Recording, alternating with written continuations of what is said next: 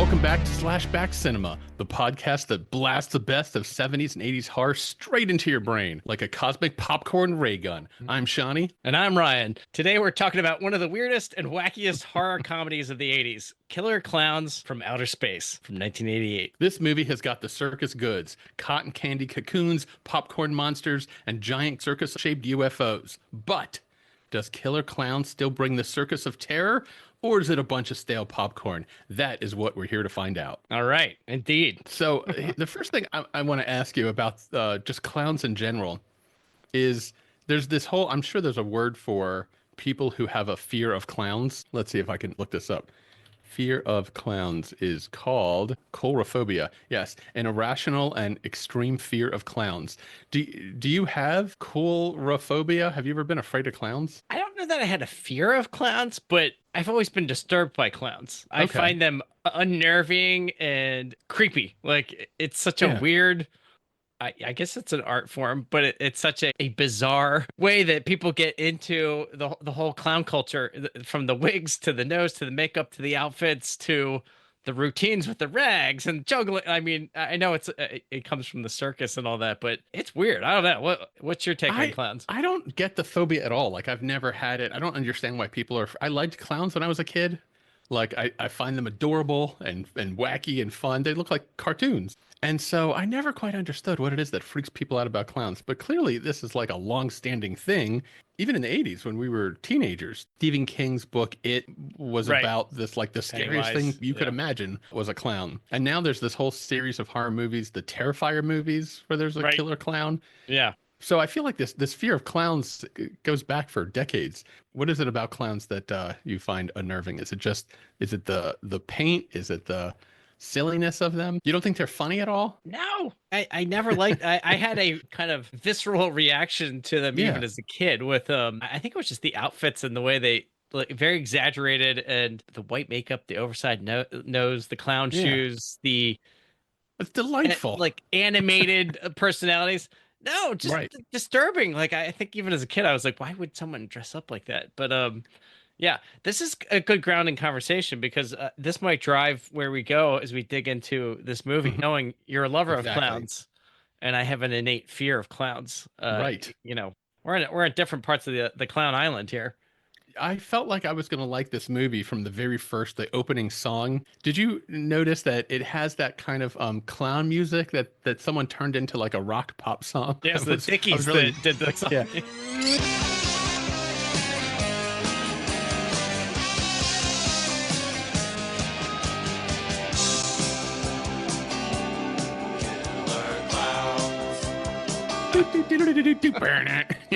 When I heard that song, I'm like, oh, this is going to be good. The movie's got a sense of humor, and I got a kick out of that opening. Did you look at Wikipedia? It lists how much the movie cost to make and then how much money it made. Yeah, this would not be considered a financial success. Although I did do a little bit more digging, and it seems like worldwide it actually did pull in a lot more money over time. But like, I guess that maybe that number on Wikipedia was from initial release, but it did not seem like this was the first and the last film of the three brothers here. But so Wikipedia says the budget for Killer Klowns from Outer Space was $1.8 million. And it's hard to believe. I want to come back to that. Yes. Where did that money go? Were they snorting? I think that all went up their nose, because I'm not seeing it on screen. But then according to Wikipedia, the movie made $745. I thought, oh, you mean $700,000 or $7.4 million? No, under $800.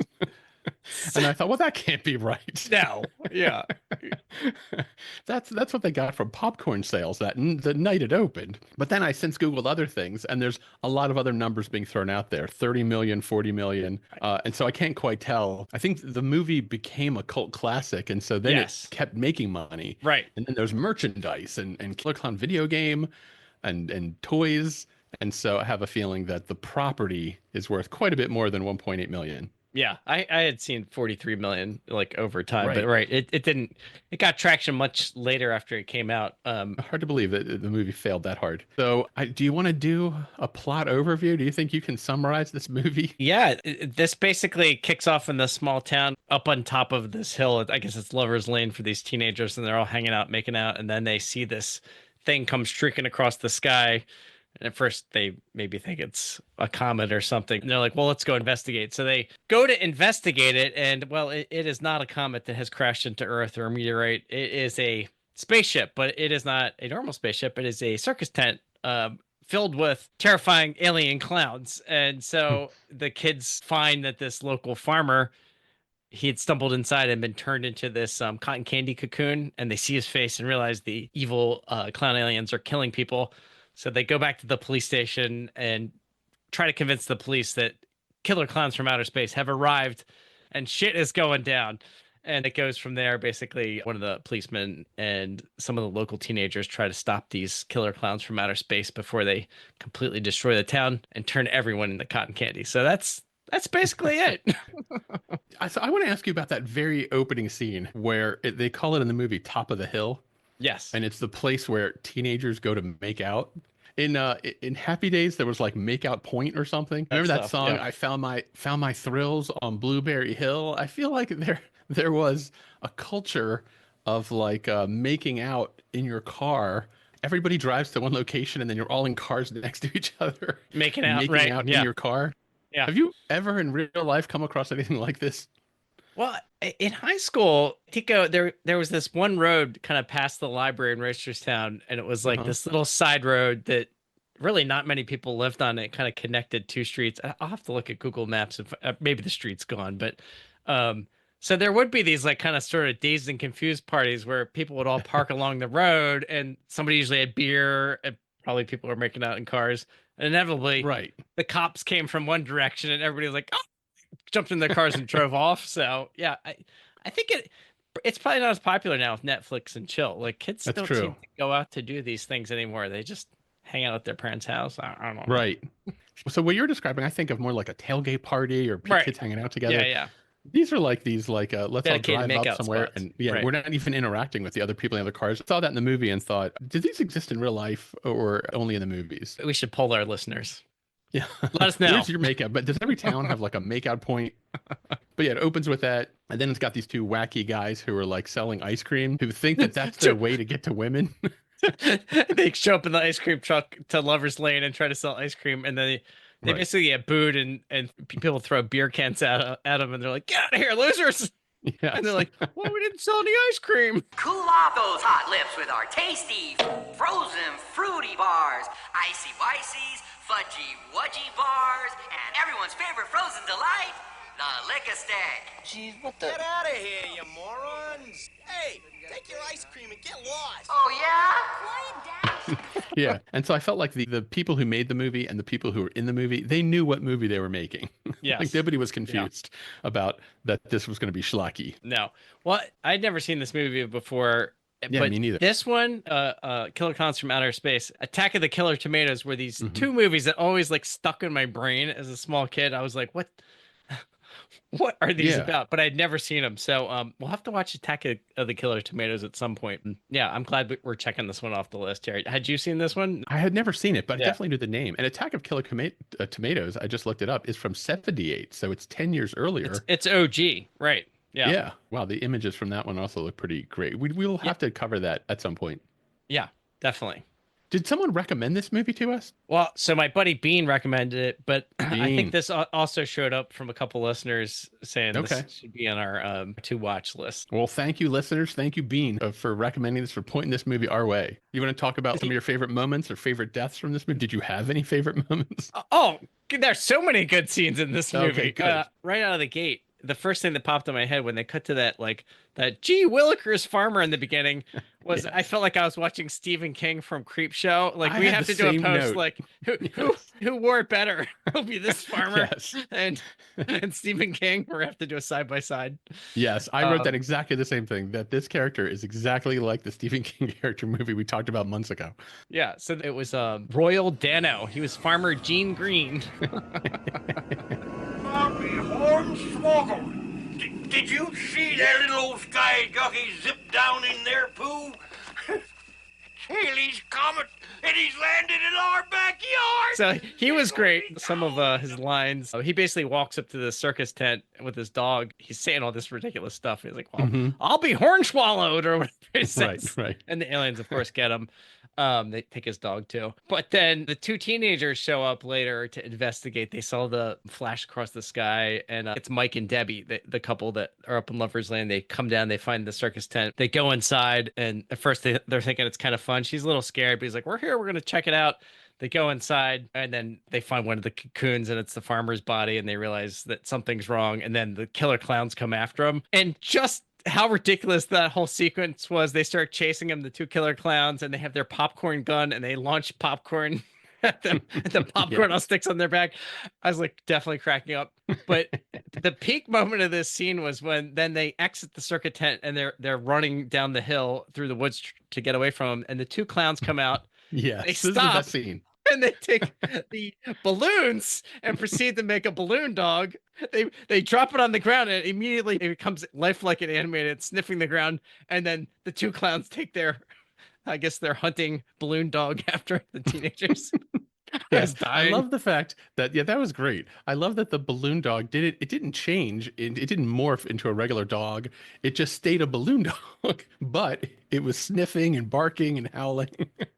And they've got it on a leash, and the balloon dog is smelling the ground, chasing after the kids. That was chef kiss. I thought that was one of my favorite moments of the movie. Oh my God. I love that balloon dog. I'm kind of like disappointed they didn't make more balloon like monsters. I feel like that felt like a missed opportunity. Although the movie is pretty crammed with, I feel like they've got every kind of like clown image or associated idea worked into the movie. And I have a list of them. I was very impressed with like how many different clown slash circus deep. things. But another standout was Mike has teamed up with Dave the cop and the two bungling ice cream brothers, and they're driving around in the truck trying to stop the clowns.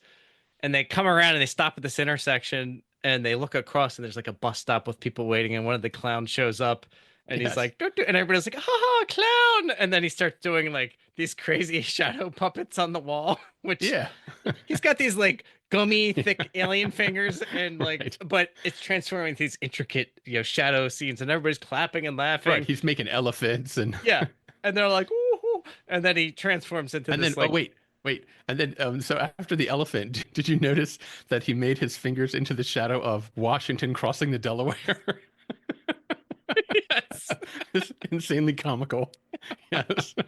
Shadow puppet. Yeah. And so all the people at the bus stop are entertained. And then what happens, Ryan? Then he transforms. His final shadow puppet act is a giant T-Rex, which proceeds to come to life, go down, and eat all of the people at the bus stop. And yeah, that was really great. The killer popcorn, they have a gun that shoots popcorn. I read that was the most expensive prop in the movie. Yeah. It's not really clear to me why. No. I don't see why they couldn't just have this plastic prop and then throw popcorn at people. I do have questions about like, where was that $1.8 million? Exactly. I was just thinking that when you were saying, $7,000 for a popcorn gun. And we're talking 80s money. So that was probably like $50K. Yeah. Right. One of the clowns had a flower that squirts water, which Kim was watching it with me, and she was like, "Why isn't the flower like squirting acid or something? Like, it really just squirts water and gets people wet." Water. Yeah. Yes. That was like, weird. The popcorn gun hits you with popcorn, and presumably, if it got you, something bad would happen. You never actually find out. But you do, because like later, if you remember the scene with Debbie, she's in the shower and she's been hit with popcorn, and they like drop to the ground, and I guess that's their. I was reading that's the larval form of these aliens. Yes, I had to look that up too. I didn't understand the mini this. popcorn they transform these weird puppet snake creatures that then attack her in the bathroom, which looks insanely bad. But right, they become like a snake versions of clowns, and I guess that they grow up to become themselves. And then I like the fact that the one clown has like those whistles that you blow and they kind of unroll. Yes. So he blows the whistle at one point and it unrolls, and then the end of it is like a hand that grabs the guy's neck. Grabs the cop, grabs the cop, and then like chokes him to death. So he kills that cop, but then there was that scene where Dave comes back to the police station and he is trying to find out what's going on, and the other cop there, Mooney, he's in the room with the clown, but then the clown's using him as a ventriloquist puppet because you realize he's killed him, and he has like clown makeup on. That scene was actually pretty creepy. Yeah. That's probably like the creepiest scene in that whole film. I absolutely agree. Yeah, he kills the guy, and then the clown, you find out after the scene, the clown has actually stuck his arm into the guy's body and is working the head. Because you notice he pulls his arm out and it's covered in viscera and goo. And he drops to the floor. Yeah. Yeah, Mooney falls to the floor. Yeah, Yeah. I thought that was actually pretty creepy. And the actor that plays Mooney, John Vernon, it's funny with these movies that we keep seeing actors that when you see their faces, you're like, oh, I definitely have seen that guy in something. That's another example of that. So yeah, Mooney, the gruff cop who is getting too old for this shit, and then he gets killed. You mentioned the scene where Debbie takes a shower, and then the popcorn comes to life. And I want to give props to this movie for that scene because I really expected in a 1980s like satiric horror wacky comedy movie that there was going to be a lot more skin. It is extremely chaste. You see her feet. Yes, right. That is the only part of her body. I was positive there was going to be a topless scene or something, but no. You know what? Props to the movie. They respected their actors and actresses. I appreciated that too. I was watching it with the whole family there, so I was glad not to have to fast forward that one. Compared to Return of the Living Dead, which I had to fast forward. Yeah, when you start these movies and you're watching them with your family, you just think I'll just like figure this out. I'll just start making edits as I go along. I'm gonna roll the dice. They're old enough now. Like nothing I'm gonna show them is good. None of these 80s movies will traumatize them more than what they've already seen. Yeah. Most of the people who are killed in this movie are turned into like sacks of cotton candy. Unfortunately, with the cotton candy, I don't understand why they made this choice. They're kind of like upside down, hanging, and unfortunately testicle-like shapes of cotton candy. And then you're supposed to understand that there's like people inside of the cotton candy that I guess they're eating. Right. Yeah. It's a weird cotton candy shape. It doesn't quite make sense. Right. Yeah. Because cotton candy usually it's like fuller on the top and tapers down when you get the cone piece. Yeah. These are sort of like the opposite. Eggplants hanging from a rack, like a laundry. Yeah. Eggplants is a lot more polite than testicles. I want to apologize to our listeners for how I'm trying to describe. We're keeping this a wholesome episode, so we don't have to put the explicit label on this one. And, it does surprise me that Killer Klowns never had a sequel. The guys that made it, they tried to make a sequel movie. They tried to make a sequel TV show. None of that ever worked out. But the movie over the last, 35 years, it has made money. So I'm really surprised no one has successfully banked this, except for like, I think there's a video game that came out, but I'd never seen it. There is a video game, and I looked it up, and you should watch the trailer for it. I actually would want to play it and check it out because it is the exact characters. They have the same weapons that are in the show with the big hammers and the ray gun, and there's a lot of pies getting thrown around. It looked pretty funny, actually. What do you got for trivia? Despite the fact that this movie supposedly cost $2 million, all the cars were rentals. A couple of them get damaged, and then that cost the movie thousands of dollars. One of them, there's a point where the car goes over a bridge, and I read that was not supposed to happen. Yeah. The car was supposed to like hit the bridge and then stop at the edge, but the effect didn't work right, so the car actually goes over the bridge and like hits a tree. So they actually did destroy a real car in this scene. That I guess maybe that's $20,000 right there. Yeah, I read that too. It would have been good to hear some of the outtakes on that as the producers are like, "Oh fuck," as the car goes up the bridge. Like, God damn it, Jimmy! Told you to put those blocks up there. Yeah, it's not even like a super good explosion or anything. So in the movie, it kind of looks like, something went wrong. Yeah, it kind of looks like it rolls off and then it falls down and hits a tree and then like nosedives into the bank below. What did you think of the actual clown monster puppets? They were entertaining. Like, were you not impressed as an artist with the design work there? I don't like clowns anyway, so like I probably not the target audience to be impressed, but like they definitely had like the creepy faces, big lips, like they had very cartoony, exaggerated like head shapes and expressions, all kind of in that 80s practical effects puppetry space. So like they don't look very realistic, but they do have this kind of creepy fit with exactly what the movie's called, Killer Klowns. But clown faces, they're not just like kind of frozen masks. Like the eyes get big, the mouths get big. They can kind of smile. I was actually impressed with for 1988, especially in a no budget movie like this, the fact that those masks were able to communicate any kind of emotion at all, actually thought they were kind of cool looking. Clearly they knew their craft in terms of special effects stuff, and that's how they came into this one. So you want to go to stabby scores? This is definitely a cheese fest, camp fest. I mean, we knew that going into it just based on the name. Steph, another door. I can't take this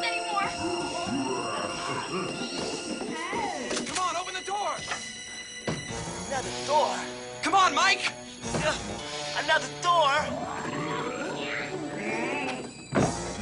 Another door. Hurry. Some questionable acting, the storyline. There were no plot twists or unexpected turns.